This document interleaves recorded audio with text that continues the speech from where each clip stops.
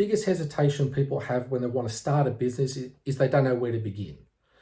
You've got this great idea, you're ready to go out there and take that leap and go for it. We just don't know what you need to do. So what I want to do today is run through my top 10 steps to take to get this business started. These are the essential things you need to put into place to get the business to a point where it's ready to go. And it's also going to start to set you up the right foundations to make this an amazing business that's going to last a long time. Now, there's going to be a lot of information, so I've put together a free download for you with all the steps included with some additional information. So the link will be below, you can download it there. But right now, let's get started.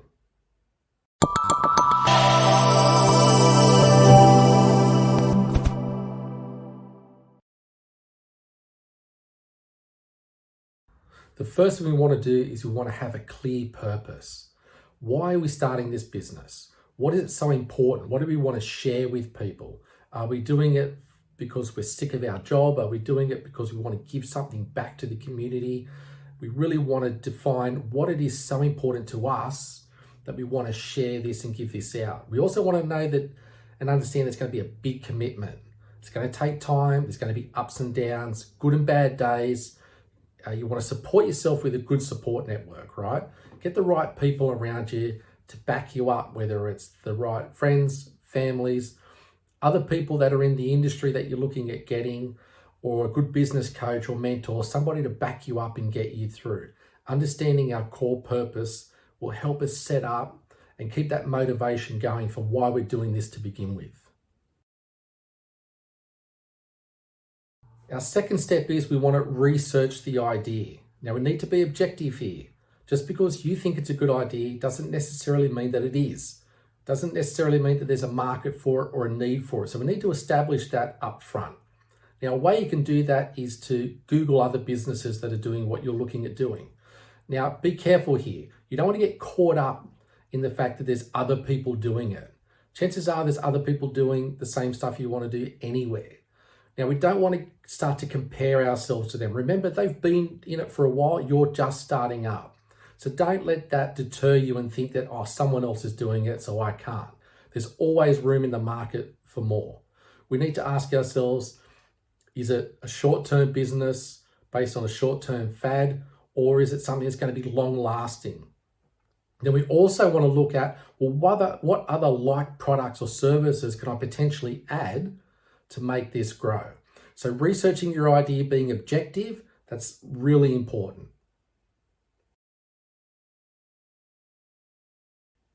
Step 3, and probably one of the biggest steps, is understanding cash flow.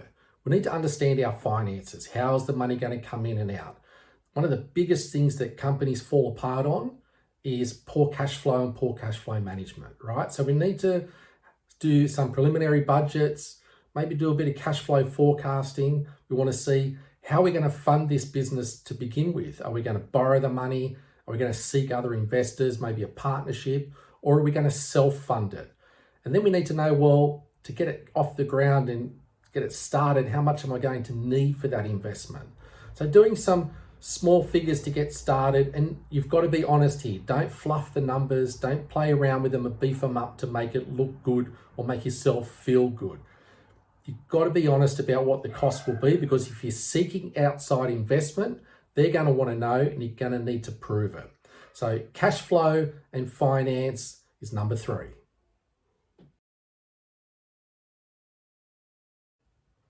Step 4, now we want to do a simple business plan. Now, we don't need to make this a huge drawn out document to start with. It can be 1 or 2 pages, simplified with some basic headings. Business description, a business structure, who you're going to have in it. If it's just yourself to start, then that's all you need.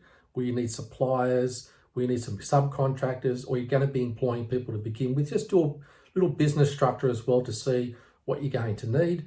Then you want to work on your SWOT analysis. Now, that's your strengths, your weaknesses, your opportunities, and your threats.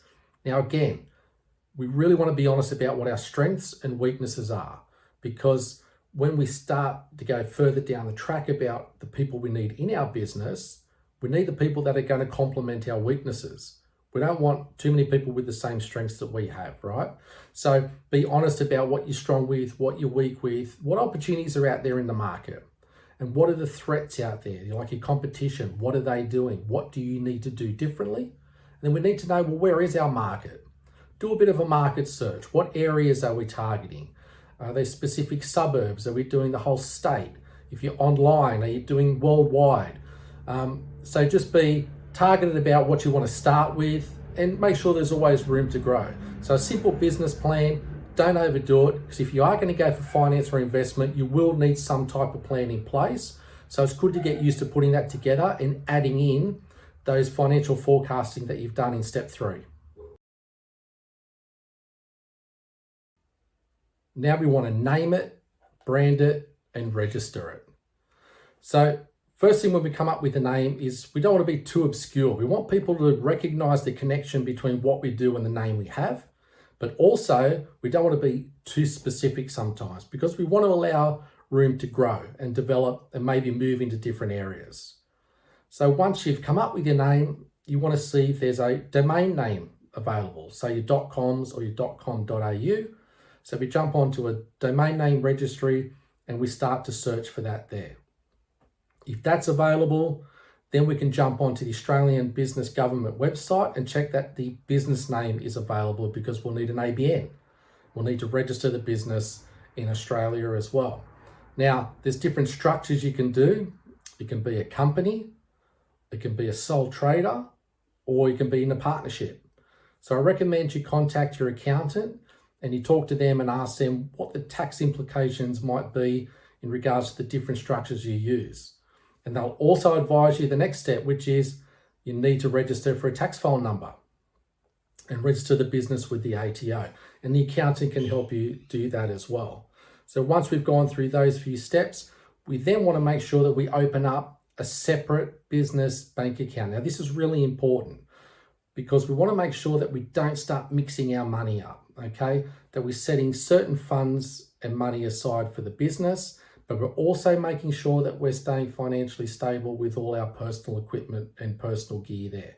So keeping that separation is important when starting up the business. So we want to name it, then we're going to register it. And when we jump onto our logo now, there's some great places we can get some high quality work, really affordable prices online. So places like your Fiverr, your Freelancer, Upwork, they're free to join.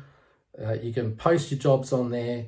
People respond to you and you can get some really great work at some really competitive prices. So get through those steps. There's a lot there. So check out that download that I mentioned so you can follow it along and refer back to. Now let's get on to number 6. Number 6 is building a landing page, web page, and starting to develop some social media presence. So now that we've done our name, we've done a bit of branding, we can start to look at, well, do I need just a landing page to get started? Or do I need a small website? Now we want to keep those simple. Don't overinvest to start if you don't need to. Start with the basics. These things you can always add to and grow as you develop and grow. Your social media, same thing. Start up a page on, your Instas, your Facebook, your TikToks, your Snapchat, whatever's going to work and match well with the type of business that you're doing. Now, if you haven't really gotten to that development stage, but you want to start sharing some of the things you're doing, use your personal pages at the moment. Start getting the word out there that you're working on something, it's coming forward, and get started on developing a basic web page. What else do you need with it? Do you need a CRM to start attracting people to sign up to get information from your website? If you're an e-commerce type of website where you're selling things through your website, do you need to connect it? Well, you will need to connect it to some kind of payment system, working out what works well for that system and what doesn't. Again, it can be a simplified structure to start until you start to build up enough money and income to really develop and change the website platforms that you've got. So don't panic if it's not this massive, huge, extraordinary website or landing page. Get the basics in there. The home page, an about page. What do you do? The products and services. If there's links to buy products, can they buy them and pay for them? Work out the basics, and as you grow and make sales and the business grows, then you can start to redevelop and grow the websites with it as well. Number 7, we want to start developing a marketing plan. Now, in order to do this, we first want to know, well, who are we speaking to? What's the audience that we're targeting? Now, we want to be really specific here. What do they look like? How old are they? Are they married or not? Do they have children or not? What kind of job do they have, if any? We want to really be targeting a specific person, and even if you want to give them a name at the end of the day, because what this does is when we start to develop our marketing messaging, we can feel like we're actually talking to someone. We want to put a type of face to the messaging that we're using. That will also help us to develop the language that we're going to use, right? We want to be speaking to these people in a way that they're going to recognize and they're going to connect. Then we want to start putting a bit of a schedule together. Well, what kind of marketing am I going to do? Is it just going to be written? Is it going to be videos? Is it going to be a mix? How are we going to get it to them? Through what social platforms? Are we going to be running advertising? Now, sounds like a lot, but we can start to map out and put a bit of a plan together. When do we want to post? We want to include some fun stuff in between, some informational stuff as well. We want people to get some information and some sales things. You've got to be prepared to sell yourself as well. And put it in a bit of a schedule. When are you posting? What platforms? What do you think is going to work best for you? And remember, really nail down the person that you're talking to, because we want them to connect and feel like you're speaking directly to them.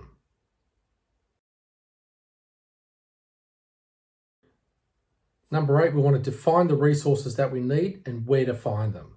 Now, if we're a physical business, do we need an office? Are we going to need vehicles? Now, do we want to lease them, or are we in a position to buy it? So again, looking back at that cash flow we've got from there. Now, if you're an online store, what resources do you need there? Do you need packaging? Do you need posting? Do you need a warehouse or a storage unit or something to store stock? So those are things we need to look at as well, and what those cost implications are from there.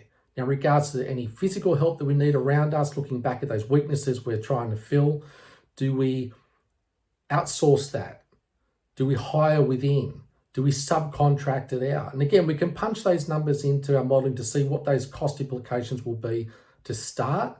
And then perhaps we need to then look at bringing it internally once we develop the business a bit more and it's a bit more consistent. So if you're only doing small sales and small bits and pieces that you can manage yourself, or with the use of an outsource or a subcontractor, then do it that way until you build the business up to a point where you can employ within and make that investment worthwhile. So what do we need? Where can we find it? And what's that implication on our cash flow, and how can we make it work best for us?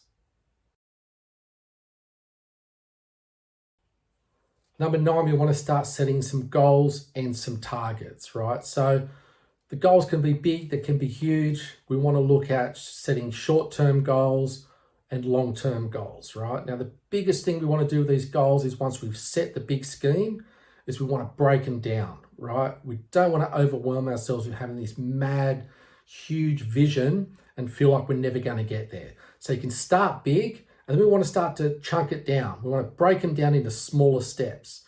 And once we get those goals, we want to put a timeline to it, right? How long is it going to take me, or how long do I need until I get to that step? And we really want to stay focused on there and push ourselves, hold ourselves accountable to get there.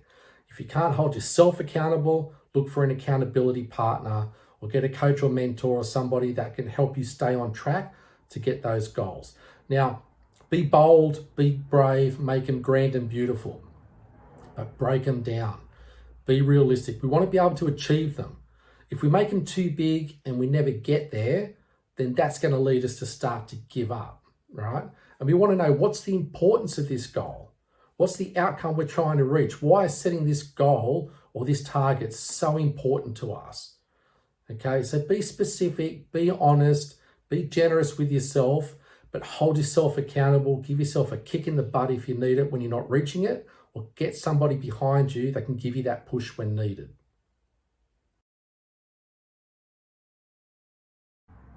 Number 10, we're here. We want to launch it, right? We want to get it out there.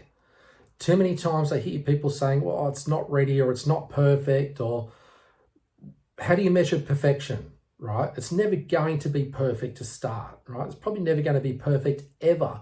That's the thing about business. There's always room to grow, improve, make it better.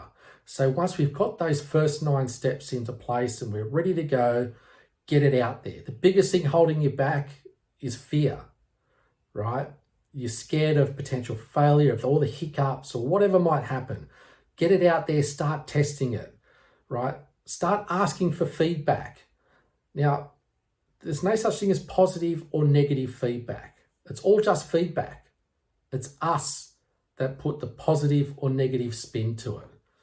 And the biggest thing you want to do is start having fun with it. Remember, you've put a lot of work in up till now. This is something that you love and you've got a passion to do. It's connected to your purpose and we know why we're doing it. So get it out there, start enjoying it and go for it.